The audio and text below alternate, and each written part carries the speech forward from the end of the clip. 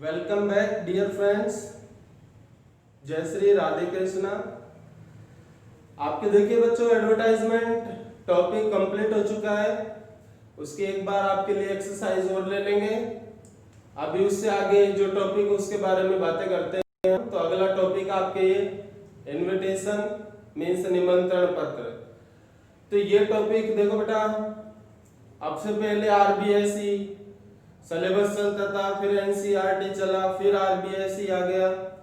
तो आरबीएसई जब सिलेबस चलता था, इनविटेशन चलता था टॉपिक उस टाइम पे, आज से 7-8 साल पहले। तो इसमें सिर्फ फॉर्मल और इनफॉर्मल इनविटेशन देने के ऊपर इनविटेशन बनाए जाते थे, लेकिन अब आपके सिलेबस में वो नहीं रहा है। अब आपके सिलेबस में इनविटेशन दिया नहीं जाता है, बल्कि इनविटेशन देने के बाद सामने वाला हाँ या ना में जवाब देता है, उस बारे में क्वेश्चन बनाए जाते हैं। मान लीजिए आप मेरे घर कार्ड देने आते हैं शादी का, और मैं उस शादी के कार्ड का जवाब हाँ में देता हूं कि मैं इस शादी में शामिल होने जरूर आऊंगा। इसका मतलब मैंने वो इनविटेशन एक्सेप्ट कर लिया है, स्वीकार कर लिया है। आप मुझे कार्ड देने आते हो और मैं किसी कारण से उस समारोह में शामिल नहीं हो पाऊंगा, तो मैं अपनी असमर्थता यानी इनेबिलिटी शो कर दूंगा, मतलब मैं नहीं जा पाऊंगा। तो क्या हुआ ये? तो ये हो गया मतलब उस निमंत्रण पत्र को डिक्लाइन यानी अस्वीकार कर देना। तो अब इस तरह के क्वेश्चन होते हैं कि आपको इनविटेशन तो मिल चुका होता है, बस आपको उनका जवाब देना होता है यस या नो में। तो देखिए, कोई व्यक्ति अगर आपको फॉर्मल इनविटेशन देता है, कोई व्यक्ति आपको फॉर्मल इनविटेशन देता है बच्चों, तो उस फॉर्मल इनविटेशन के भी दो तरह से ही जवाब होंगे। एक तो होगा एक्सेप्टिंग का और एक डिक्लाइनिंग का। यानी फॉर्मल रिप्लाई इन एक्सेप्टिंग यानी स्वीकार करते हुए, कार्ड को स्वीकार करते हुए फॉर्मल जवाब देना, और फॉर्मल रिप्लाई इन डिक्लाइनिंग या फॉर्मल रिप्लाई इन रिफ्यूजल, अस्वीकार करते हुए फॉर्मल जवाब देना। अब मान लीजिए कोई आपको इनफॉर्मल इनविटेशन देता है, तो उसका जवाब फॉर्मल में थोड़ी देंगे, इनफॉर्मल में देंगे। तो इसके भी दो जवाब हो जाएंगे, इनफॉर्मल रिप्लाई इन एक्सेप्टिंग और इनफॉर्मल रिप्लाई इन डिक्लाइनिंग। तो दोनों इनविटेशन में मिला के जवाब कितने हो गए? 4 हो गए बच्चों। Formal reply in accepting first, formal reply in declining second, informal reply in accepting third, informal reply in declining fourth. तो 4 प्रकार के आपके इनविटेशन में से क्वेश्चन बनते हैं। एग्जामिनर चारों में से आपसे कोई सा भी पूछ सकता है। तो अब इनके बारे में हम चर्चा करते हैं। आप ये तो समझ गए होंगे भाई, अब आजकल जो ये टॉपिक है, तो ये टॉपिक सिर्फ शादी ब्याह या कोई भी प्रोग्राम हो तो उसके सिर्फ कार्ड देने के ऊपर नहीं बनाए जाते। अब ये पहले बनाए जाते थे, जिसमें आप देखते हो जैसे कोई शादी का कार्ड होता है तो उसमें ऊपर लिफाफे पे प्रेषक वगैरह होता है, जिसको इंग्लिश में RSVP बोला जाता है। मतलब मतलब रिप्लाई इफ यू मस्ट, यदि आप चाहें तो इन्हें जवाब दे सकते हैं। कार्ड के ऊपर के लिफाफे में घर के सबसे बड़े बुजुर्ग सम्मानित व्यक्तियों के नाम होते हैं, 2-3 लोगों के नाम। तो वो अलग आता है इंग्लिश में जब इनविटेशन बनाते हैं, और अंदर जब बनाते हैं आप देखते हैं हिंदी के कार्ड्स में लिखा रहता है श्रीमती एवं श्री, आगे कोई भी जाति हो, जैसे श्रीमती एवं श्री शर्मा अपने पुत्र के विवाह के शुभ अवसर पर आपको सादर आमंत्रित करते हैं। फिर बेटे का नाम, जगह का नाम, वैट्स, लड़की का नाम, उसके पिता का नाम, जगह का नाम, ये सब आता है। तो इंग्लिश में इसे लिखा जाता है, जैसे देखिए, Mrs and Mr Sharma request the pleasure of your company on the auspicious occasion of their sons marriage. फिर बेटे का नाम, माता पिता का नाम, जगह का नाम, बीच में वैट्स वर्ड आ जाएगा संग, फिर लड़की का नाम, माता पिता का नाम, जगह का नाम। तो ये इस तरह तो इनविटेशन बनते थे पहले। अब इनविटेशन बना के नहीं देना है। पहले के क्वेश्चन ऐसे होते थे, मान लीजिए आपकी सिस्टर की शादी है तो आप अपने दोस्त को अपनी बहन की शादी के लिए इनवाइट करते हुए फॉर्मल इनविटेशन तैयार करो। अब क्या होता है कि आपको अपने दोस्त की बहन की शादी के लिए कार्ड मिल चुका है, आप इस शादी में जाने के लिए बड़े उत्सुक हो, तो इसलिए फॉर्मल रिप्लाई एक्सेप्टिंग में लिखिए कि आपने इस कार्ड को स्वीकार कर लिया और आप शादी में शामिल होने जाओगे, तो फॉर्मल रिप्लाई एक्सेप्टिंग लिखिए। मतलब पहले कार्ड दिया जाता था, आपके सिलेबस में कार्ड मिल चुका होता है, बस आपको उसका हाँ या ना में जवाब देना होता है। और फॉर्मल में जवाब देना है या इनफॉर्मल में जवाब देना, ये क्वेश्चन में लिखा रहता है कि राइट ए फॉर्मल रिप्लाई या राइट एन इनफॉर्मल रिप्लाई। अब वो एक्सेप्टिंग पे लिखवाता है एग्जामिनर या डिक्लाइनिंग पे, तो वो उसके ऊपर डिपेंड करता है। तो ये हो गए निमंत्रण पत्रों को स्वीकार करना और अस्वीकार करना। तो ये इसकी डेफिनेशन है जो आपको मैंने समझाई है। अब देखिए बच्चों, इसमें जब आप पढ़ने लगते हैं तो देखिए सबसे पहले आप फॉर्मल इनविटेशन के बारे में जाने। ये हो गया फॉर्मल बच्चों, और ये हो गया इधर इनफॉर्मल।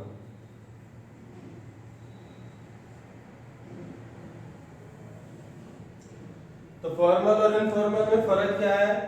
फॉर्मल इनविटेशन देखिए बच्चों, फॉर्मल इनविटेशन जो बनाते हैं इसमें सबसे पहली बात क्या होती है कि फॉर्मल इनविटेशन में थर्ड पर्सन का यूज किया जाता है। फॉर्मल इनविटेशन के जवाब में थर्ड पर्सन का यूज किया जाता है बच्चों। अब थर्ड पर्सन अपने क्या क्या होते हैं देखिए, एक तो हो गया ये दे हो गया थर्ड पर्सन, दे की फैमिली जो होती है वो हो गई। इसके अलावा अपने थर्ड पर्सन होते हैं ही, सी, इट और नेम। तो अपने थर्ड पर्सन कौन कौन से होते हैं? दे, ही, सी, इट और नेम और इनकी फैमिली। तो इन थर्ड पर्सन का फॉर्मल इनविटेशन में और उनके जवाब में प्रयोग किया जाता है। फर्स्ट और सेकंड पर्सन इसमें यूज नहीं आते हैं। इसके अलावा इधर देखेंगे तो सबसे पहला इसमें नियम हो जाएगा। इसमें देखिए first person and second person का यूज किया जाता है, यानी इसमें थर्ड पर्सन का प्रयोग नहीं होता, इसमें सिर्फ फर्स्ट और सेकंड पर्सन का यूज होता है। फर्स्ट पर्सन हो गया अपने आई और वी, और सेकंड पर्सन हो गया अपने यू और इनकी फैमिली। तो फर्स्ट और सेकंड पर्सन का यूज किया जाता है। अब फर्स्ट में देखिए जैसे वी है, वी बताने में होता है कि भाई फर्स्ट पर्सन है, लेकिन यूज इसमें नहीं होगा क्योंकि इसका होगा ही नहीं वी का, क्योंकि कार्ड देने वाला एक ही होता है, प्राप्त करने वाला एक ही होता है, तो लिखने वाला एक है, तो फिर वी का यूज कैसे होगा? या फिर जैसे एक तरीका ये होता है कि जैसे मान लीजिए श्रीमती एवं श्री शर्मा, जैसे दो के बारे में बनाते हैं तो वो इनफॉर्मल में बनेगा, तो थर्ड पर्सन का यूज यानी दो के लिए दे का प्रयोग कर देते हैं। जैसे एक पुरुष हो तो ही का यूज कर देते हैं प्रोनाउन में, एक स्त्री हो तो सी का प्रयोग कर देते हैं। तो ये हो गया इनफॉर्मल में फर्स्ट पर्सन और सेकंड पर्सन का यूज किया जाता है, यानी आई, वी और यू का और इनकी फैमिली का। इसके बाद दूसरा नियम होता है फॉर्मल इनविटेशन के जवाब में किसी भी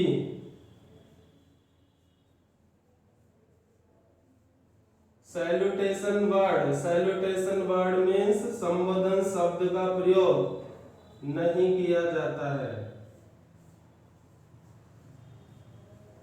तो इसमें संबोधन शब्द का प्रयोग नहीं किया जाता है। इनफॉर्मल इनविटेशन है तो इसमें सैल्यूटेशन वर्ड का प्रयोग किया जाता है। तो इनफॉर्मल इनविटेशन के जवाब में संबोधन शब्द का प्रयोग किया जाता है।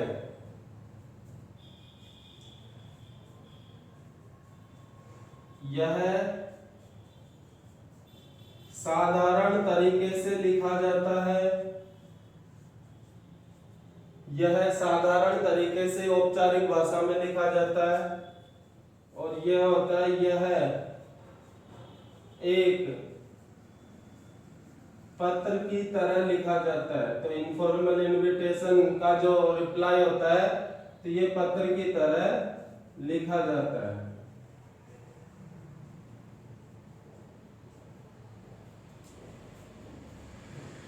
मतलब तीसरी बात हो गई, ये तो साधारण तरीके से फॉर्मल इनविटेशन औपचारिक, और ये होता है यह एक पत्र की तरह लिखा जाता है इनफॉर्मल इनविटेशन।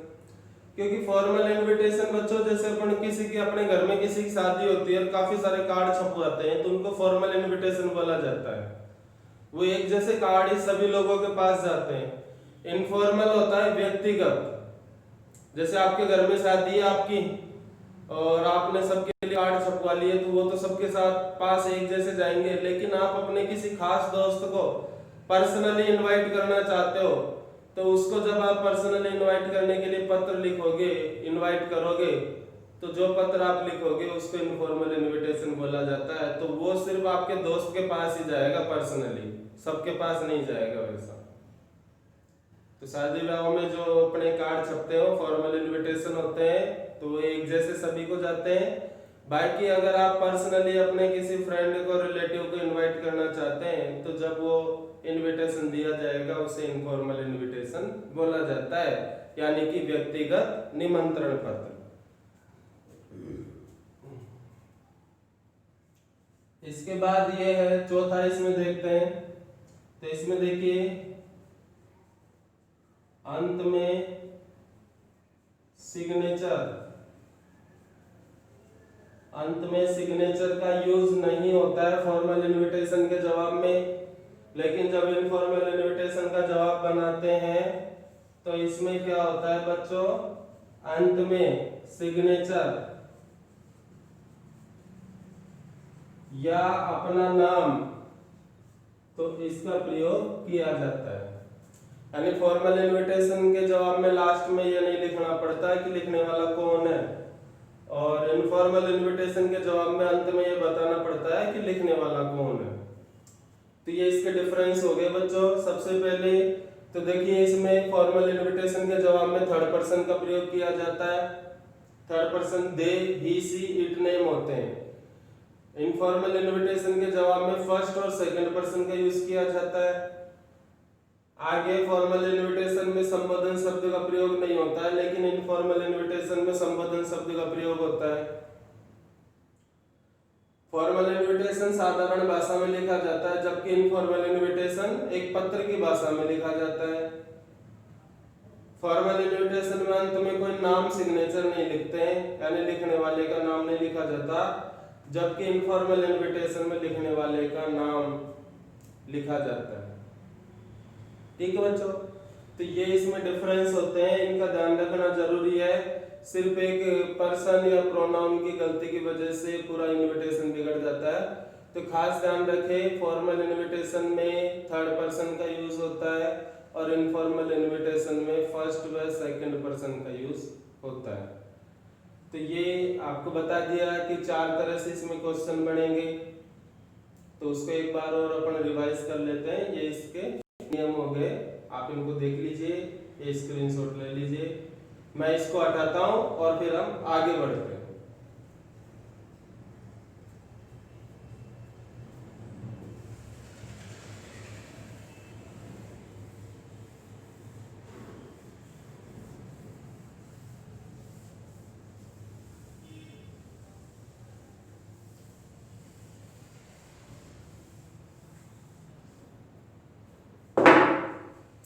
देखिए बच्चों, जैसे ये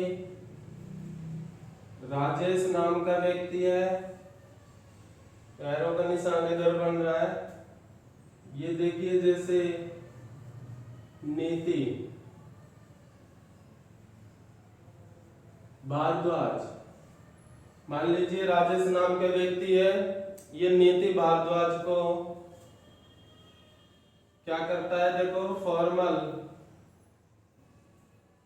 इनविटेशन इनविटेशन देता है कि राजेश है, तो ये नीति भारद्वाज को फॉर्मल इनविटेशन देता है।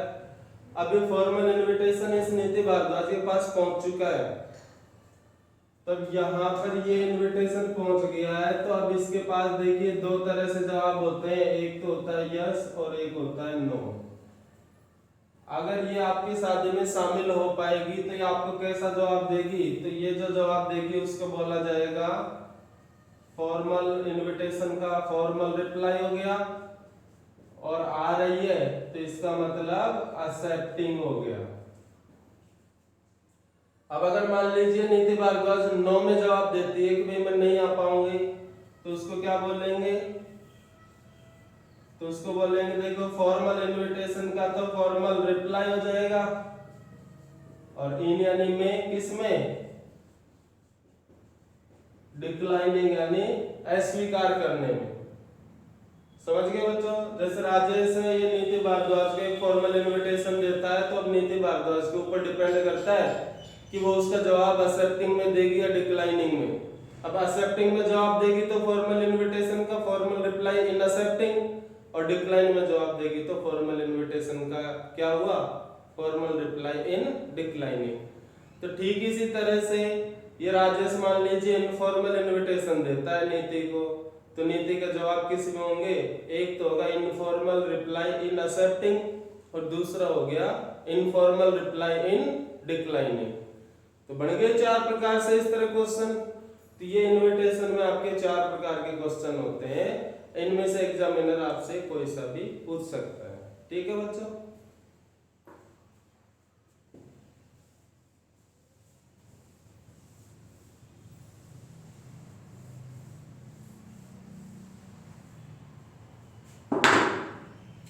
अब इसमें आपको क्वेश्चंस के बारे में नॉलेज होनी चाहिए। अब जैसे क्वेश्चंस बनाते हैं इसमें, हाँ मान लीजिए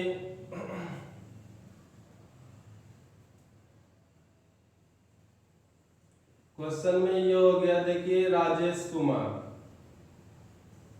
मान लीजिए बच्चों क्वेश्चन में ये हो गया राजेश कुमार, तो ये क्या है, देखिए बच्चों नीति भारद्वाज, ये क्या है, नीति भारद्वाज यानी अपनी फ्रेंड को क्या कर रहा है, इनवाइट कर रहा है। कौन से तरीके से, फॉर्मल तरीके से इनवाइट कर रहा है। ठीक है, या फिर अभी मत मानो कि कौन से तरीके से, क्वेश्चन में लास्ट में आ जाता है इस तरीके का जवाब दो। तो राजेश कुमार है, नीति भारद्वाज को इनवाइट कर रहा है। अब इनवाइट किसके लिए कर रहा है, फॉर यानी के लिए, हिज यानी उसकी स्वयं की, और मैरिज यानी शादी के लिए। जो शादी उसकी होने वाली है कब, 20 दिसंबर 2020 को। जो शादी उसकी 20 दिसंबर 2020 को होने वाली है। अब इसमें जगह का नाम भी बताना पड़ता है, तो आंसर बनाएंगे जब अपने मन से लिख सकते हैं। अगर क्वेश्चन में दे रखी है कि इस जगह प्रोग्राम है तो वो की वही लिखनी है। अगर क्वेश्चन में नहीं दे रखी है तो आपको अपनी इच्छा से कोई भी मैरिज गार्डन का नाम या निज निवास यानी खुद के घर के बारे में भी बता सकते हैं। तो ये राजेश कुमार ने नीति भारद्वाज को कार्ड दिया है, ठीक है, अपनी शादी के लिए, जो शादी 20 दिसंबर 2020 को होगी। तो अब देखिए ये जो नीति भारद्वाज है, इस नीति भारद्वाज को ये कार्ड मिल चुका है, राजेश ने इसको कार्ड दे दिया। अब नीति भारद्वाज क्या है, देखिए नीति भारद्वाज एबल है, एबल मीन्स योग्य है। क्या करने में योग्य है, एबल टू अटेंड यानी कि शामिल होने में सक्षम है या योग्य है, किसमें, इस शादी में। यानी कि नीति भारद्वाज इस शादी में शामिल होने में योग्य है या समर्थ है। अब समर्थ है, योग्य है तो मना तो करेगी नहीं। तो देखिए अब यहीं पर एग्जामिनर लास्ट में परिवर्तन करता है। अब यहीं पर एग्जामिनर अपनी इच्छा से आपसे जवाब बनवाएगा। इतना तो क्वेश्चन हो गया। इमेजिन दैट यू आर नीति भारद्वाज, मान लीजिए आप नीति भारद्वाज हो। You have received an invitation letter, आपको एक निमंत्रण पत्र प्राप्त हुआ है, from your friend Rajesh Kumar, आपके दोस्त राजेश कुमार के द्वारा, on the occasion of his marriage, उसकी शादी के अवसर पर, बीइंग हेल्ड ऑन 20 दिसंबर 2020, जो कि 20 दिसंबर 2020 को होने जा रही है। You are able to attend this marriage, आप इस शादी को यानी राजेश की शादी में जाने में सक्षम हो। So write a formal reply in accepting, इसलिए इस निमंत्रण पत्र को स्वीकार करते हुए फॉर्मल जवाब दीजिए। या फिर दूसरा तरीका, so write a formal reply in declining, आप अस्वीकार करते हुए एक फॉर्मल जवाब दीजिए। मतलब you are not able to go in this marriage, so write a formal reply in declining. ठीक इसी तरह से तीसरा, जैसे इनफॉर्मल में चेंज करवाए तो जैसे you are able to go in this marriage, या फिर you are eager to go in this marriage, so write an informal reply in accepting. और इससे अगला चौथा, जैसे कि you are unable to go in this marriage, so write an informal reply declining the invitation. तो last की जो line होती है ना बच्चों, तो वहीं पर एग्जामिनर आपके परिवर्तन कर देगा। बाकी का क्वेश्चन तो चारों ही एक जैसे होते हैं, बस लास्ट में एग्जामिनर कह देगा कि भाई अब ये तो क्वेश्चन है और इसका ये जवाब आपको बना के कॉपी में लिखना है। समझ गए बच्चों? तो ये हो गया कि मान लीजिए आप नीति भारद्वाज हो, आपको आपके दोस्त राजेश कुमार के द्वारा उनकी शादी में शामिल होने के लिए एक निमंत्रण पत्र मिला है, जो शादी 20 दिसंबर 2020 को होने जा रही है। आप इस शादी में जाने में सक्षम हो, समर्थ हो, इसलिए मिस्टर राजेश को इस निमंत्रण पत्र को स्वीकार करते हुए एक जवाब लिखिए। तो क्या हुआ है, एक्सेप्टिंग वाला हो गया, किसका, फॉर्मल का, क्योंकि कहा जा रहा है so write a formal reply accepting the invitation. तो यह हो जाएगा so write a formal reply, इसलिए एक फॉर्मल जवाब दीजिए, क्या करते हुए, एक्सेप्टिंग यानी स्वीकार करते हुए, दिस इनविटेशन यानी इस निमंत्रण पत्र को, यानी इस निमंत्रण पत्र को स्वीकार करते हुए आपको इसका जवाब लिखना है। तो अब इसका आंसर तैयार करेंगे हम। तो बच्चों एक बार और देख लीजिए आप इस क्वेश्चन को। वैसे मैं पूरी कोशिश कर रहा हूं ताकि आपको सही समझ में आए, लेकिन फिर भी कोई प्रॉब्लम हो तो आप वीडियो को थोड़ा पीछे करके और एक बार अच्छी तरह से समझ लिया कीजिए, अगर कोई प्रॉब्लम रह जाती है तो अब हम इसका आंसर तैयार करते हैं। आपने पढ़ लिया, लास्ट में कहा जा रहा है कि फॉर्मल रिप्लाई लिखना है, लेकिन फॉर्मल रिप्लाई किस में लिखना है, एक्सेप्टिंग में या डिक्लाइनिंग में? तो वो बच्चों लिखना अपन को एक्सेप्टिंग पे, ठीक है। तो उसके बाद फिर डिक्लाइनिंग का, तो ऐसे एक एक करके चारों के एक एक उदाहरण हम समझेंगे। हटा रहा हूं बच्चों इसको मैं, आप नोट कर लीजिए इसको। अब अपने को ध्यान रखना है, आंसर बनाएंगे तो इसमें दोनों नाम आएंगे और कब की शादी है इसके बारे में भी बताना पड़ेगा।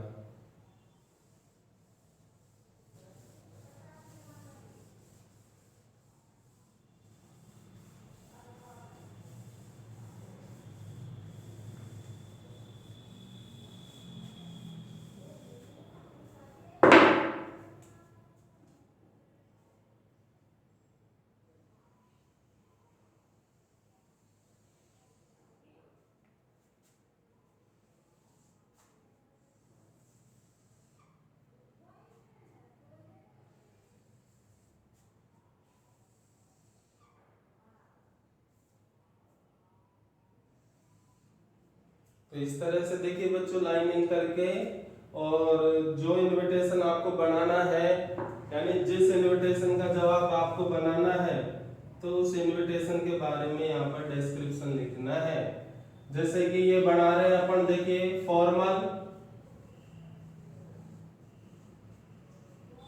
फॉर्मल रिप्लाई बना रहे हैं। अब वो रिप्लाई किस में बना रहे हैं? इन मीन्स में। किस में बच्चों? एक्सेप्टिंग।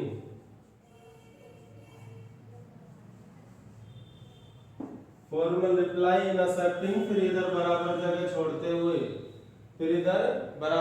छोड़ते हुए और आप ये लाइन ड्रा कर देंगे।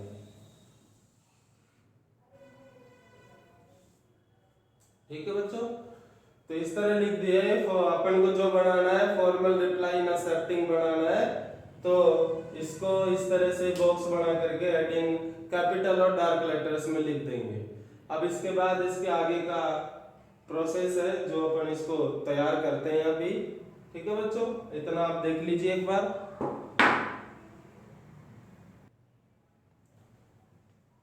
देखिए बच्चों आगे, तो ये हेडिंग दे दी हमने फॉर्मल रिप्लाई इन एक्सेप्टिंग। अब इसके बाद देखिए एक बार आप क्वेश्चन को तोड़ करके देखिए।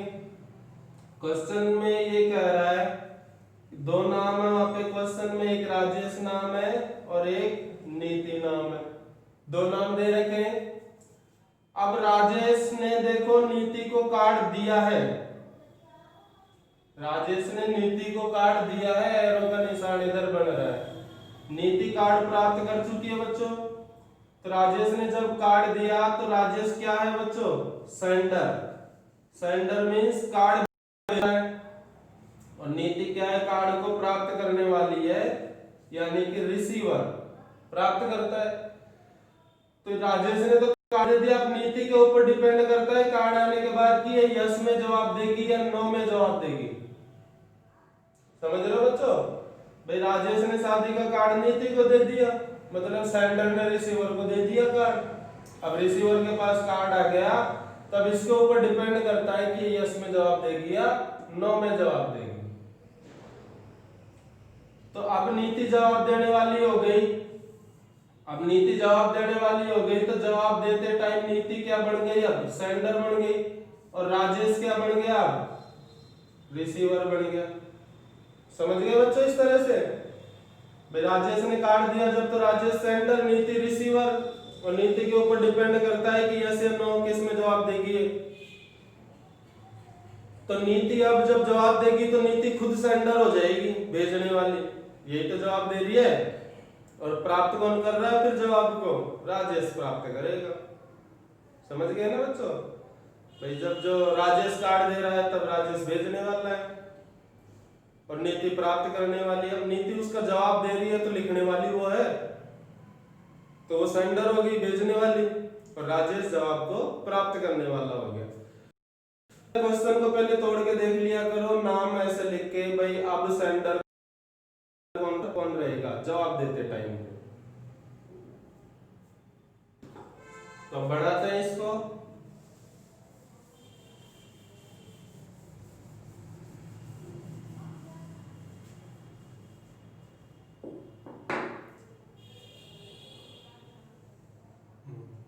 देखिए जब नीति जवाब देगी बच्चों इसका, तो नीति इस तरह से लिखेगी। थोड़ी हिंदी सुन लीजिए पहले इसकी। तो नीति इसको लिखेगी मिस नीति। भाई थर्ड पर्सन में लिखना है तो आई का तो प्रयोग कर ही नहीं सकते अपन इसमें, आई तो फर्स्ट पर्सन होता है ना। भाई ऐसे थोड़ी लिख सकती है नीति, आई thank you very much for your kind invitation. तो ये तो गलत हो गया, ये तो इनफॉर्मल में चलेगा तरीका, क्योंकि आई thank you for your kind invitation, तो योर भी सेकंड पर्सन, आई फर्स्ट पर्सन। तो फॉर्मल में अपन को सिर्फ थर्ड पर्सन का यूज करना है, तो थर्ड पर्सन का यूज करते हुए इसको आएंगे तो कैसे बनेगा? तो नीति भारद्वाज खुद के बारे में लिखेगी इसमें सबसे पहले कि मिस नीति भारद्वाज, यानी कुमारी नीति भारद्वाज, कुमारी नीति भारद्वाज श्रीमान राजेश के स्नेहपूर्ण निमंत्रण पत्र के लिए उन्हें धन्यवाद देती है। जो निमंत्रण पत्र उनकी शादी में शामिल होने के लिए था, जो निमंत्रण पत्र उनकी शादी में शामिल होने के लिए है, जो शादी 20 दिसंबर 2020 को उनके निज निवास पर या वृंदावन मैरिज गार्डन दौसा में आयोजित होने जा रही है, जो पार्टी शाम को 7 बजे से और आपके आगमन तक चालू रहेगी। अब अपन को इसमें पैरा चेंज करना पड़ता है और पैरा चेंज करके फिर नीति अपनी भावना के बारे में बताएगी, खुशी के बारे में। तो कैसे लिखेगी हो? मिस नीति को यह निमंत्रण पत्र प्राप्त करने में हार्दिक खुशी हो रही है। वह अपने परिवार के साथ इस शादी में शामिल होने जरूर आएगी। वह इस दिन का बड़ी बेसब्री से इंतजार कर रही है। और इनविटेशन पूरा इस तरह से। अब डिक्लाइनिंग में क्या होता है? डिक्लाइनिंग में तो देखो, अब देखो एक्सेप्टिंग में तो भाई अपन खुद आ रहे हैं तो इतना सा ही लिखना पड़ता है, ज्यादा बधाई नहीं देनी पड़ती, कोई माफी भी नहीं मांगनी पड़ती, कोई कारण भी नहीं बताना पड़ता। लेकिन जब आप डिक्लाइनिंग से रिलेटेड इनविटेशन का जवाब बनाएंगे तो डिक्लाइनिंग में आपको बताना पड़ेगा कि आप उस समारोह में क्यों नहीं जा पा रहे, क्या कारण है, तो कारण स्पष्ट करो। माफी भी मांगनी पड़ेगी और ये भी कहना पड़ेगा भाई बुरा मत मानना, क्योंकि अपन किसी के नहीं जाते तो फिर वो भी नहीं आता है। तो अपनी मजबूरी इसमें स्पष्ट शब्दों में बताए भाई इस वजह से मैं नहीं आ पाया, तो आप मुझे क्षमा करें। और अंत में भाई आप खुद नहीं जा पा रहे तो कोई भी गिफ्ट की लाइन ऐड कर दें इसमें, बधाइयाँ दे, जैसे शादी की बधाइयाँ दे, गिफ्ट की लाइन भी लिखे, जैसे कि मैं आपके लिए एक बहुत सुंदर उपहार भेज रहा हूँ और मैं आशा करता हूँ कि आप इस उपहार को निश्चित रूप से पसंद करेंगे। भाई आप भी जानते हैं जैसे किसी लड़की की शादी में नहीं जा पाता है कोई, किसी बच्चे के बर्थडे पर नहीं जा पाता या किसी शादी में नहीं जा पाता है कोई इंसान, तो वो अपनी तरफ से उपहार किसी भी अदर पर्सन के द्वारा भिजवा ही देता है वहां पर, अगर वो खुद नहीं जा पा रहा है तो ये गिफ्ट वाली लाइन अपन ऐड कर सकते हैं। इसके अलावा जैसे देखिए शादी, इसके अलावा जैसे देखिए शादी नहीं, जैसे बर्थडे और मैरिज एनिवर्सरी से रिलेटेड जब इनविटेशन के रिप्लाईज बनाए जाते हैं बच्चों, तो बर्थडे और मैरिज एनिवर्सरी ये दोनों ऐसी चीजें हैं जो हर साल आती है और प्रत्येक व्यक्ति जो भी शुभचिंतक होता है किसी व्यक्ति का, तो वो उसके लिए यही होप करता है कि भगवान करे इसका जन्मदिन अगले साल भी आए। मतलब भगवान करे कि ये दिन आपके जीवन में बार बार आता रहे। तो ये शुभकामना शादी की सालगिरह और जन्मदिन इन दोनों इनविटेशंस में सेट होती है अच्छी तरह।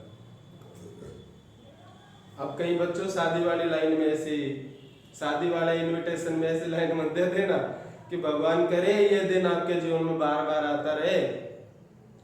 तो हर साल नई शादी थोड़ी होगी, बाकी सब कमाने रह जाएंगे अगर आपकी हर साल नई शादी होगी तो सिर्फ बर्थडे और जो मैरिज एनिवर्सरी होती है बच्चों, उनके लिए कामना की जाती है कि आपके जीवन में ये दिन बार बार आता रहे। तो इन दोनों में ये लाइन ऐड कर लें। बाकी और में तो देखो विश करते हैं, शुभकामना देते हैं, बधाई देते हैं। ठीक है बच्चों, तब ये बनाते हैं अपन। अब इसमें पत्र लिखने वाली यानी जवाब देने वाली नीति भारद्वाज है। अब देखिए अगर कोई कुंवारी लड़की है तो उसके लिए आप MISS मिस का प्रयोग कर दे, शादीशुदा है तो MRS मिसेस का प्रयोग कर दे। ठीक है बच्चों, और पुरुषों के लिए चाहे वो शादीशुदा हो या नहीं हो मिस्टर का यूज कर दे आप। देखिए अब यहाँ पर रिप्लाई करने वाली है नीति, तो लिखा जाएगा देखिए यहाँ पर मिस नीति, मिस नीति यानी कि कुमारी नीति। आगे आ गया बच्चों देखिए थैंक, ये वर्ड लिखा है मैंने थैंक। अब इसमें ये देखना पड़ता है थैंक से पहले अगर सिंगुलर पर्सन है तो थैंक में एस लगा देंगे, लेकिन अगर थैंक से पहले जैसे दो नाम दे रखे हैं, जैसे मान लीजिए मिसिज एंड मिस्टर शर्मा, तो फिर थैंक्स नहीं लगेगा, फिर थैंक ही रहेगा। मतलब दो हो गए, थैंक से पहले दो पर्सन है तो सिर्फ उसको सिंगुलर प्लूरल ही रखना है, यानी थैंक में फिर एस नहीं लगेगा। तो मिस नीति थैंक्स मिस नीति धन्यवाद देती है, टू यानी को, मिस नीति थैंक्स यानी धन्यवाद देती है, टू मीन्स को, किसको धन्यवाद देती है, मिस्टर यानी श्रीमान राजेश मीन्स राजेश को, यानी मिस नीति श्रीमान राजेश को धन्यवाद देती है। देखिए कुमारी नीति श्रीमान राजेश को उनके देखिए उनके स्नेहपूर्ण निमंत्रण पत्र के लिए धन्यवाद देती है। तो किनके स्नेहपूर्ण निमंत्रण पत्र के लिए, ये उनके शब्द किसके लिए आ रहा है, फिर सुनो, मिस नीति भारद्वाज, कुमारी नीति भारद्वाज मिस्टर या श्रीमान राजेश को उनके स्नेहपूर्ण निमंत्रण पत्र के लिए धन्यवाद देती है। तो राजेश के निमंत्रण पत्र के लिए तो धन्यवाद दे रही है, तो उनके वर्ड किसके लिए आ रहा है बच्चों, राजेश के लिए आ रहा है।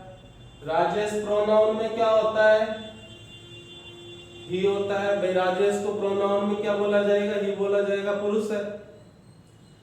तो जो प्रोनाउन की फर्स्ट फॉर्म निकलती है तो उस प्रोनाउन की जो सेकंड फॉर्म होती है, जैसे इसकी सेकंड फॉर्म हिज हुई, तो ये हिज होता है उनके, तो ये हिज होता है उनके, ठीक है। अब जैसे दो नाम हो बच्चों, जैसे मिसेज एंड मिस्टर शर्मा, जैसे मान लीजिए Mrs and Mr Sharma Mr Rajesh को, या फिर जैसे दूसरे तरीके से समझिए, जैसे Mr Rajesh Kumar Mrs and Mr Sharma को उनके निमंत्रण पत्र के लिए धन्यवाद देते हैं। तो ये उनके शब्द किसके लिए आ रहा है अभी यहाँ पे, मिसेज एंड मिस्टर शर्मा के लिए। तो मिसेज और मिस्टर शर्मा क्या है, 1 + 1 दो हो रहे हैं। अब दो हो रहे हैं तो प्रोनाउन में इसको क्या बोला जाएगा, थर्ड पर्सन में दे बोला जाएगा। तो दे की सेकंड फॉर्म क्या होती है, दियर होती है। तो दियर मीन्स उनके, ठीक है, समझ गए बच्चों। इस तरह से अपन को उनके का अर्थ निकालना पड़ता है। जैसे समझा करो, जैसे मैं अपने कपड़े धोता हूं, तो अपने शब्द किसके लिए आ रहा है, मेरे लिए आ रहा है। तो आई वॉश, किसके कपड़े धोता हूं मैं, अपने, ठीक है ना। तो इसमें क्या आ रहा है, आई सब्जेक्ट आ रहा है, आई प्रोनाउन आ रहा है। तो आई की सेकंड फॉर्म क्या होती है, माई, तो माई क्लोथ्स हो गया ना, आई वॉश माई क्लोथ्स, मैं अपने कपड़े धोता हूं। जैसे राधा अपना खाना खाती है, राधा अपना खाना खाती है, तो इसमें क्या आ रहा है, वर्ड अपना आ रहा है, अपना आ रहा है। तो अपना किसके लिए आ रहा है, राधा के लिए आ रहा है। भाई राधा अपना खाना खाती है, तो अपना शब्द राधा के लिए आ रहा है। राधा प्रोनाउन में क्या है, सी है। अब सी की सेकंड फॉर्म क्या होती है, हर होती है। तो इसके इंग्लिश में आएंगे, राधा अपना खाना खाती है, राधा टेक हर फूड, या राधा टेक्स हर फूड, या फिर राधा ईट्स हर फूड। भाई राधा किसका खाना खाती है, अपना खाना। तो राधा सी हो गई प्रोनाउन में, सी के सेकंड फॉर्म हर हो गई, हर मीन्स अपना। तो राधा ईट्स हर फूड। तो इन चीजों का आपको इसमें ध्यान रखना पड़ेगा बच्चों, यहीं से गलती हो जाती है तो फिर वो शुरुआत से ही गलत हो जाता है इनविटेशन, और फिर आपकी अच्छी मार्किंग नहीं हो पाएगी। तो यहाँ इस चीज का आप खास ध्यान रखें, ये उनका अपने ये सब होते हैं, ये ज्यादातर उस प्रोनाउन के फर्स्ट फॉर्म का जो दूसरा रूप होता है वो निकलता है इन शब्दों का इंग्लिश मीनिंग।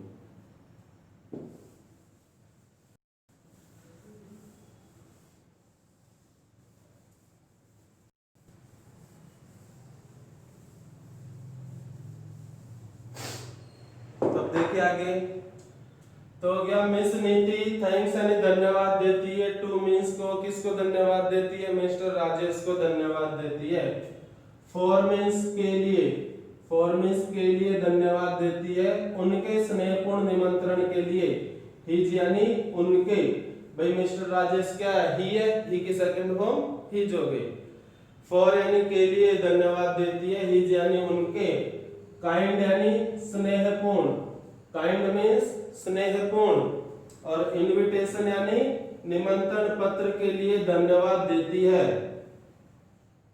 जो निमंत्रण पत्र किस काम के लिए था, टू अटेंड यानी जो निमंत्रण पत्र शामिल होने के लिए था, किसमें शामिल होने के लिए था, इन यानी में, हिज यानी उनकी मतलब राजेश की, मैरिज शादी में शामिल होने के लिए था।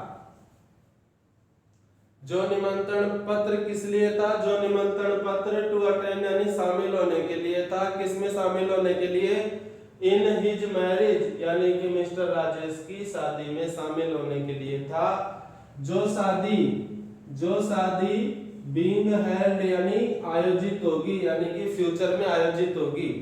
जो शादी बीइंग हेल्ड मींस फ्यूचर में आयोजित होगी। ऑन यानी को, तो डेट के लिए ऑन का प्रयोग करना है, तो ऑन यहां पर लिखेंगे 20 दिसंबर, पूरा लिखना है, शॉर्ट में नहीं लिखना, 20 दिसंबर 2020। जो शादी 20 दिसंबर 2020 को आयोजित होगी। अब 8 का प्रयोग करना है, 8 का प्रयोग करके हमको स्थान का नाम लिखना है, भाई कार्यक्रम कहाँ पर है। जैसे मैरिज होम में हो तो 8 के आगे लिख देंगे, जैसे वृंदावन मैरिज गार्डन दौसा लिख दिया। अब जैसे कार्डों में आप देखते हो निज निवास लिखा हुआ होता है, उसको कैसे लिखेंगे। अब जैसे मान लीजिए अब ये शादी है राजेश की, तो राजेश के घर, यानी कि राजेश के घर अगर ये प्रोग्राम होगा तो देखिए कैसे, मतलब ये शादी 20 दिसंबर 2020 को उनके निज निवास पर आयोजित होगी, मतलब मिस्टर राजेश के निज निवास पर। अब मिस्टर राजेश क्या है, प्रोनाउन में ही है, ही की सेकंड फॉर्म हिज हो जाएगी। जैसे एट हिज हाउस यानी उनके निज निवास पर है पार्टी या प्रोग्राम, या फिर एट जैसे कि कोई भी मैरिज होम का नाम लिख सकते हैं, तो मैं यहाँ लिख देता हूँ एट हिज रेजिडेंस। जो कार्यक्रम 20 दिसंबर 2020 को एट हिज रेजिडेंस यानी उनके निज निवास पर आयोजित होगा। अब फ्रॉम शब्द लगाना है, फ्रॉम का मतलब होता है कि कार्यक्रम कब से शुरू होगा और कब तक चलेगा, तो यहाँ लिख देंगे फ्रॉम 7 PM, फ्रॉम 7 PM। तो देखिए बेटा इसमें 1 से 9 तक, उससे पहले 0 जरूर लगाया करो, फ्रॉम 7 ये पूरा लिखा करो, आगे 2 0 लगा के, फ्रॉम 7 PM यानी जो कार्यक्रम शाम को 7 बजे से एंड ऑनवर्ड्स यानी कि आपके आगमन तक जारी रहेगा। जो कार्यक्रम शाम को 7 बजे से और आपके आगमन तक जारी रहेगा। लिखते हैं ना कार्ड में, भाई कार्यक्रम 7 बजे से शुरू है आपके आगमन तक, ठीक है। अब यहाँ पर बेटा अपन को इसको छोड़ना है और इससे जस्ट नीचे वाली लाइन में लिखना है।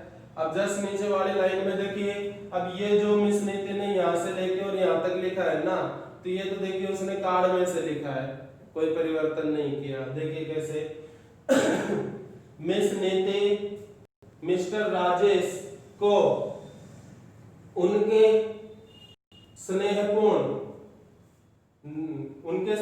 निमंत्रण पत्र के लिए धन्यवाद देती है। जो निमंत्रण पत्र टू अटेंड यानी शामिल होने के लिए था, इन हिज मैरिज यानी उनकी शादी में, मतलब मिस्टर राजेश की शादी में। जो शादी बीइंग हेल्ड यानी आयोजित होगी, कब आयोजित होगी, 20 दिसंबर 2020 को, ठीक है बच्चों। कहां पर, एट हिज रेजिडेंस उनके निज निवास पर, कब से, शाम को 7 बजे से कब तक, आपके आगमन तक। तो ये इतना जब फॉर्मल रिप्लाई डिक्लाइनिंग पे बनाएंगे ना बच्चों, तो इतना उसमें भी ऐसे कैसे लिखना है, उसमें कोई भी चेंज नहीं है। बाद में जब ये चेंज होता है पैरा, तो उसमें उसके बाद फिर अपन को बताना पड़ता है कि आप रिप्लाई एक्सेप्टिंग लिख रहे हो या डिक्लाइनिंग। ये तो इतना कितना ऐसे कैसे आएगा दोनों में। अब जैसे एक्सेप्टिंग है तो उसमें अपन को ज्यादा बधाई नहीं देनी, माफी नहीं मांगनी, सॉरी नहीं बोलना, क्योंकि अपन खुद जा रहे हैं उसमें, नहीं जाएंगे तभी तो बोलना है, तो डिक्लाइनिंग में वो सब लिखना है अपन को। तो यहाँ पर मिस नीति अपनी तरफ से क्या कहेगी कि मतलब मिस नीति को यह निमंत्रण पत्र प्राप्त करके हार्दिक खुशी हो रही है। तो देखिए कैसे लिखेंगे, मिस नीति है तो मिस नीति को प्रोनाउन में कैसे लिखेंगे, सी, सी लिख देंगे बच्चों इसको, यानी she has a great pleasure, she has a great pleasure, यानी मिस नीति को हैज ए ग्रेट प्लेजर यानी बहुत अधिक आनंद महसूस हो रहा है, यानी बहुत अधिक आनंद की अनुभूति हो रही है। इन मीन्स में, एक्सेप्टिंग यानी स्वीकार करने में, दिस यानी इस, यानी कि स्वीकार करने में, दिस मीन्स इस इनविटेशन यानी निमंत्रण पत्र को, यानी उन्हें यह निमंत्रण पत्र प्राप्त करके हार्दिक खुशी हो रही है। वह अपने परिवार के साथ इस शादी में शामिल होने जरूर आएंगी। तो देखिए वह अपने परिवार के साथ, मिस नीति मतलब सी यानी वह will definitely, she will definitely यानी कि वह निश्चित रूप से, कम यानी आएंगी, टू ज्वाइन यानी शामिल होने के लिए, इन दिस फंक्शन यानी कि इस कार्यक्रम में, विद यानी के साथ, हर मीन्स उसकी, फैमिली यानी परिवार के साथ। तो इसको पढ़िए एक बार और देखिए, सी विल डेफिनेटली कम, वह निश्चित रूप से आएंगे, टू ज्वाइन यानी शामिल होने के लिए, इन दिस मैरिज यानी या फिर इन दिस फंक्शन यानी इस कार्यक्रम में या इस शादी में, विद हर फैमिली यानी अपने परिवार के साथ। ठीक है बच्चों, तो ये इस तरह से हो गया कि वह अपने परिवार के साथ निश्चित रूप से इस शादी में शामिल होने आएंगे। इसके बाद यहाँ पर लिख देंगे बेस्ट विशेष, बेस्ट विशेष लिख दो, या फिर जैसे सिंसियर थैंक्स लिख दो, यानी हार्दिक धन्यवाद या बहुत बहुत शुभकामनाएं। अब जैसे उनके निमंत्रण पत्र के लिए धन्यवाद, लास्ट में ये लाइन चलती है, ठीक है, यह आएगी उनके निमंत्रण पत्र के लिए धन्यवाद। तो मिस नीति जवाब दे रही है, तो जवाब में ये मिस्टर राजेश को धन्यवाद दे रही है कि भाई आपके निमंत्रण पत्र के लिए धन्यवाद। तो इस चीज को अपन यहाँ पर ऐसे नहीं लिख सकते कि sincere thanks for your kind invitation, your का तो प्रयोग ही नहीं कर सकते, तो कैसे लिखेंगे, सिंसियर थैंक्स फॉर हिज यानी मिस्टर राजेश के, यानी उनके, sincere thanks for his kind invitation यानी उनके निमंत्रण पत्र के लिए हार्दिक धन्यवाद। इतना होने के बाद बेटा, सिंसियर थैंक्स होने के बाद आप ये लाइन ड्रा कर देंगे। इस तरह से आपका ये फॉर्मल रिप्लाई एक्सेप्टिंग में कंप्लीट हो जाता है। आप इसको लिख लो, स्क्रीनशॉट ले लो। अब इसके बाद चलेगा इसका फॉर्मल रिप्लाई इन डिक्लाइनिंग, यानी अस्वीकार करते हुए जवाब देना। तो इसमें देखिए बच्चों, ये इतना तो ऐसे कैसे रहेगा, इसके बाद ही अपन को इसमें चेंज करना है, ज्यादा अलग नहीं होगा। तो आप जितने इसको लिखिए, फिर आगे अपन लेते हैं इसको। हाँ, तो देखिए आगे बच्चों, अभी अपन ने पढ़ लिया फॉर्मल रिप्लाई इन एक्सेप्टिंग। अब ये हो गया आगे फॉर्मल रिप्लाई इन डिक्लाइनिंग, यानी अस्वीकार करते हुए जवाब देना। तो मैंने आपको बताया था उतना, तो इसमें से कैसे रहेगा कि मिस नीति मिस्टर राजेश को उनके स्नेहपूर्ण निमंत्रण पत्र के लिए धन्यवाद देती है, जो निमंत्रण पत्र उनकी शादी में शामिल होने के लिए था, जो शादी 20 दिसंबर 2020 को शाम को 7 बजे से और आपके आगमन तक उनके निज निवास पर आयोजित होगी। इसके बाद ये लाइन है पैरा चेंज करके कि she has a great pleasure in accepting this invitation, कि मिस नीति को यह निमंत्रण पत्र प्राप्त करके हार्दिक खुशी हो रही है, बट लेकिन बट लेकिन, अब बट लगते हैं, देखिए कुछ ना कुछ कारण होगा, लेकिन उन्हें यह कहते हुए काफी खेद हो रहा है कि वे इस शादी के समारोह में या इस शादी के कार्यक्रम में शामिल नहीं हो पाएंगे, क्योंकि उसी दिन उनकी आरएएस की एग्जाम है। या फिर वे इस शादी में शामिल नहीं हो पाएंगे क्योंकि उनकी माताजी बीमार चल रही है, या फिर जैसे उसी दिन उनके घर में कोई शादी है, या फिर उसी दिन उनको बहुत जरूरी काम है और उन्हें कहीं बाहर जाना पड़ रहा है। तो कोई भी कारण बताना पड़ेगा सटीक, और कारण बताने के बाद माफी मांग ले। माफी मांगने के बाद में आप वो लाइन दे दे कि please don't take it to heart, कृपया इस बात को दिल से बुरा मत मानना, या फिर डोंट माइंड इट, इस बात का बुरा मत मानना, कोई भी एक लाइन दे देंगे। तो यहाँ पर लिखेंगे कि उन्हें निमंत्रण पत्र प्राप्त करके हार्दिक खुशी हो रही है, बट लेकिन सी मिस नीति को, लेकिन मिस नीति सी इज वेरी सॉरी, लेकिन मिस नीति को बड़ा खेद है, फॉर यानी के लिए, नॉट बीइंग एबल कि वे समर्थ नहीं रह पाएंगी, for not being able to attend this marriage, यानी कि शादी में शामिल होने में, to attend this marriage means इस शादी में शामिल होने में। तो देखिए एक बार और, बट लेकिन सी is very sorry, miss Niti को बड़ा खेद हो रहा है, फॉर नॉट बीइंग एबल कि वे समर्थ नहीं रह पाएंगी, टू अटेंड दिस मैरिज यानी शादी में शामिल होने में, ड्यू टू यानी के कारण, ड्यू टू मीन्स के कारण, ड्यू टू हर मदर क्योंकि उनकी माताजी, इज नॉट फीलिंग क्योंकि उनकी माताजी इज नॉट फीलिंग वेल यानी कि अच्छा महसूस नहीं कर रही है, या इज नॉट फीलिंग वेल यानी उनकी तबीयत खराब है। या फिर जैसे देखिए ड्यू टू के आगे देखिए जैसे ड्यू टू सम यानी किसी, अन अवॉइडेबल वर्क यानी किसी बहुत जरूरी कार्य के चलते हुए, भाई मैं इस शादी में शामिल नहीं हो पाऊंगी due to some unavoidable work यानी किसी बहुत अधिक जरूरी कार्य के चलते हुए मैं इसमें शामिल नहीं हो पाऊंगी, या due to RAS examination on the same day यानी कि उसी दिन आरएएस की एग्जाम हो मान लो, तो उस वजह से भी आप ये कारण भी दे सकते हैं।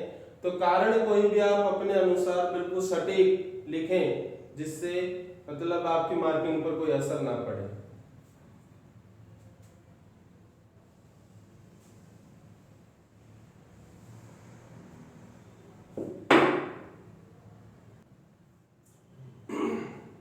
तो हो गया क्योंकि उनकी माताजी की तबीयत ठीक नहीं है, वो इस शादी में शामिल नहीं हो पाएंगे। अब आगे लिख देंगे सो इसलिए कृपया, सो प्लीज इसलिए कृपया, एक्सेप्ट यानी स्वीकार करें, हर मीन्स मिस नीति की, सो प्लीज इसलिए कृपया एक्सेप्ट यानी स्वीकार करें, हर यानी मिस नीति की, बेस्ट विशेष यानी कि शुभकामनाएं, बेस्ट विशेष यानी शुभकामनाएं, फ्रॉम दिस लेटर यानी इस पत्र के माध्यम से ही आप कृपया मिस नीति की शुभकामनाएं स्वीकार करें, एंड और डोंट माइंड इट, और डोंट माइंड इट मीन्स इस बात का बुरा ना माने, और इस बात का बुरा ना माने। तो ये सब हो गया। अब इतना होने के बाद में आप इसके नीचे आप एक लाइन छोड़ देंगे और एक लाइन छोड़ करके यहाँ पर लिख देंगे, यानी मिस नीति आपके मिस नीति मिस्टर राजेश के लिए एक बहुत ही सुंदर उपहार भेज रही है और वह आशा करती है कि मिस्टर राजेश इस उपहार को जरूर पसंद करेंगे। क्योंकि अभी खुद नहीं आ पा रही तो गिफ्ट भिजवा रही है, तो गिफ्ट वाली लाइन सेट हो जाएगी इसमें। तो यहाँ पर लिख देंगे सी मीन्स मिस नीति इज सेंडिंग यानी भेज रही है, ए मीन्स एक, ब्यूटीफुल गिफ्ट यानी कि एक सुंदर उपहार, for him means mister Rajesh के लिए, and he means mister Rajesh will certainly यानी निश्चित रूप से, लाइक मीन्स पसंद करेंगे, इट मीन्स इसको, और मिस्टर राजेश निश्चित रूप से इस उपहार को पसंद करेंगे। वापस देखिए इस लाइन को, शी इज सेंडिंग यानी मिस नीति भेज रही है, ए ब्यूटीफुल गिफ्ट यानी एक सुंदर उपहार, फॉर हिम यानी मिस्टर राजेश के लिए, एंड ही विल सर्टेनली और वह निश्चित रूप से, लाइक इट यानी इसे पसंद करेंगे। तो आपको यहाँ पर ये लाइन छोड़ने की कही है, तो ये लाइन आप यहाँ पर छोड़ दें और ना छोड़े तो भी कोई दिक्कत नहीं आएगी। तो यहाँ पर जैसे छोड़ दी तो इसके नीचे फिर आप ये लिख देंगे सिंसियर थैंक्स यानी हार्दिक धन्यवाद, फॉर इस काइंड इनविटेशन उनके निमंत्रण पत्र के लिए, मतलब मिस्टर राजेश के निमंत्रण पत्र के लिए उन्हें हार्दिक धन्यवाद। तो फॉर्मल रिप्लाई इन एक्सेप्टिंग हो गया बच्चों आपका, और फॉर्मल रिप्लाई इन डिक्लाइनिंग हो गया, दोनों तरह से आपके ये हो गए। और इतना होने के बाद सिंसियर थैंक्स के बाद में आप लास्ट में ये लाइन ड्रा कर देंगे।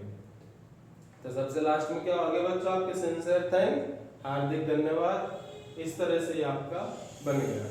तो देखिए यहाँ ऑनवर्ड्स तक तो कोई परिवर्तन ही नहीं है, सेम है, यहाँ मिस नीति यहाँ से लेकर और ऑनवर्ड्स तक तो सेम है, कोई परिवर्तन नहीं है।